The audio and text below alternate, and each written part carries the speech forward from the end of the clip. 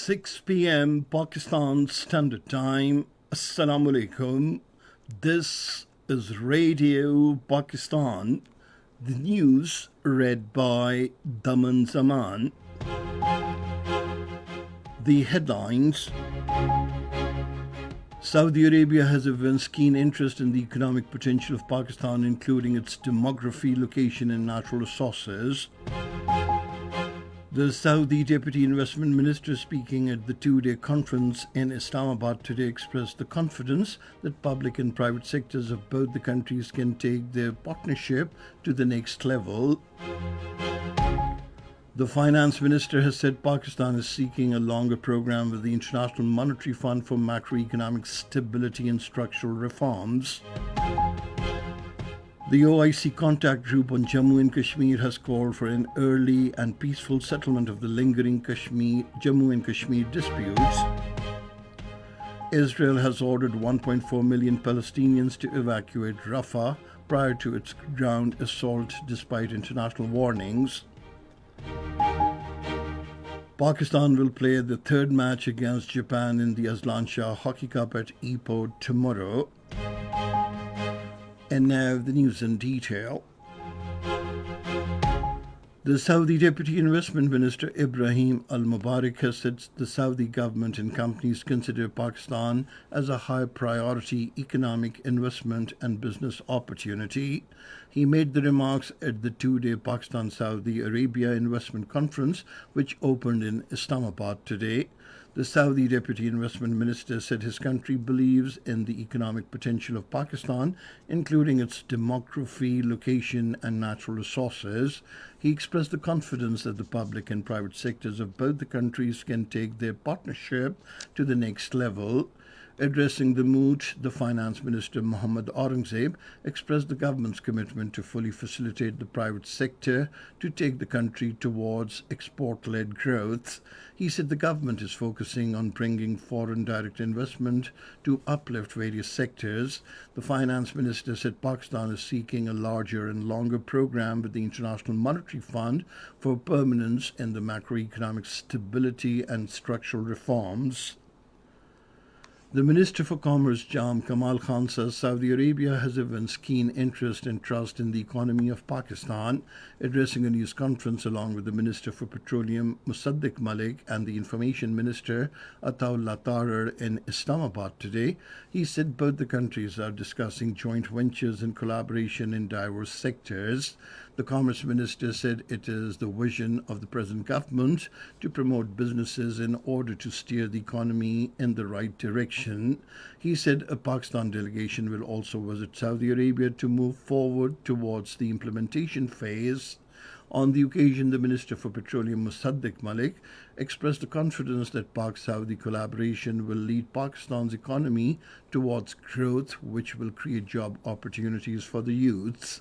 He expressed the optimism that several companies would finalize business and investment deals during the business-to-business sessions.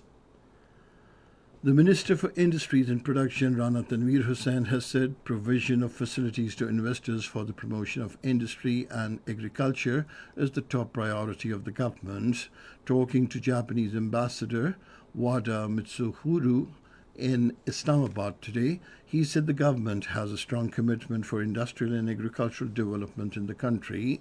Rana Tanveer Hussain assured that the government will provide all possible facilitation to Japanese companies for investment in Pakistan. He said Japan is playing an important role in Pakistan's auto industry. He expressed the hope that more Japanese companies will invest in the country. The ambassador apprised the minister of the challenges being faced by Japanese car manufacturers in Pakistan. The Asian Development Bank has assured its continued support to Pakistan for socio-economic development in the country. The assurance was given by the President Asian Development Bank, Masatsugu Asakawa, during a meeting with the Pakistan delegation led by the Minister for Economic Affairs, Ahad in the Georgian capital, Tbilisi. The President Asian Development Bank reposed trust in Pakistan's reforms agenda and appreciated the required tough stabilization measures taken by the government for macroeconomic stability in the country. This is Radio Pakistan.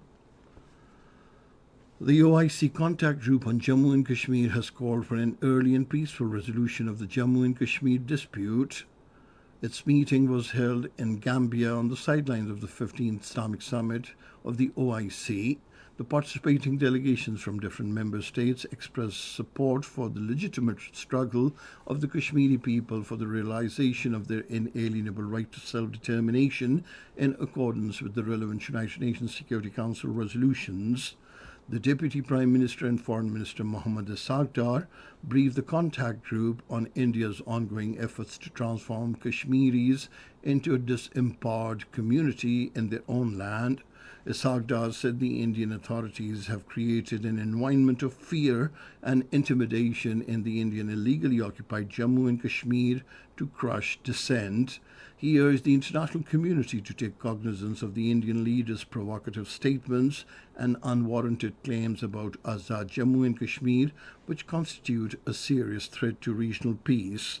The Deputy Prime Minister also stressed that India must release all the political prisoners, lift curbs on the outlawed political parties, revoke the illegal and unilateral actions of August 5, 2019, and the subsequent steps aimed at demographic change and political engineering, and implement the relevant United Nations Security Council resolutions. The Deputy Prime Minister and the Foreign Minister Mohammad Asagdar held an interaction with the Pakistani community based in the Gambia during his visit for the 15th OIC summit. Asagdar apprised the Pakistani community about his meetings and activities during the summit to highlight the issues of Kashmir and Islamophobia. The Pakistani community members presented proposals to strengthen the bilateral relations between Pakistan and Gambia. They also expressed their appreciation for the Deputy Prime Minister to allow them the opportunity for an interaction. A team of 44 Saudi immigration officials has arrived in Karachi as part of the Road to Makkah project. The team will carry out Saudi immigration procedures for Hajj pilgrims at the Karachi airport.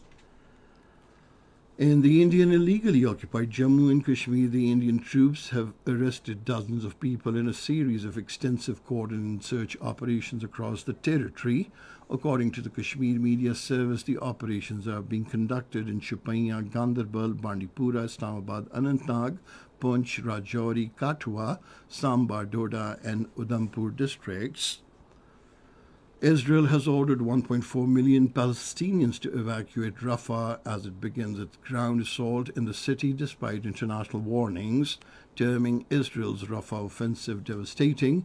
The United Nations Agency for Palestinian Refugees said it will continue to provide life-saving aid to the people in Rafah as long as possible. Al Jazeera News Network offices have been closed in Israel while its websites have also been blocked. The channel's equipment has also been confiscated. Russia has decided to hold a military exercise which will include practice for use of tactical nuclear weapons. The Defense Ministry, in a statement today, said the military exercise has been ordered by President Vladimir Putin and would test the readiness of non-strategic nuclear forces to perform combat missions. And now news about sports. We begin with hockey. In the 30th Sultan Azlan Shah Hockey Cup, Pakistan in the third match will play against Japan at Ipoh in Malaysia tomorrow. Pakistan have already won 2 matches against Malaysia and South Korea. The match will start at 3:30 p.m.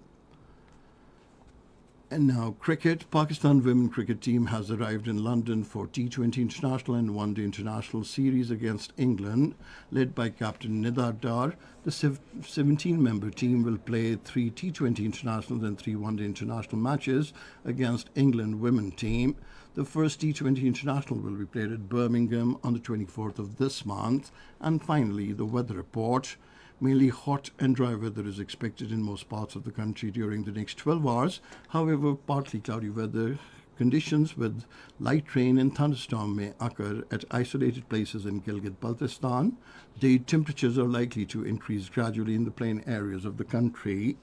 And that is the end of this news bulletin. For more news and analyses, log on to our website, radio.gov.pk, and you can also watch the live video streaming of our bulletins on the link, facebook.com/Radio Pakistan News Official.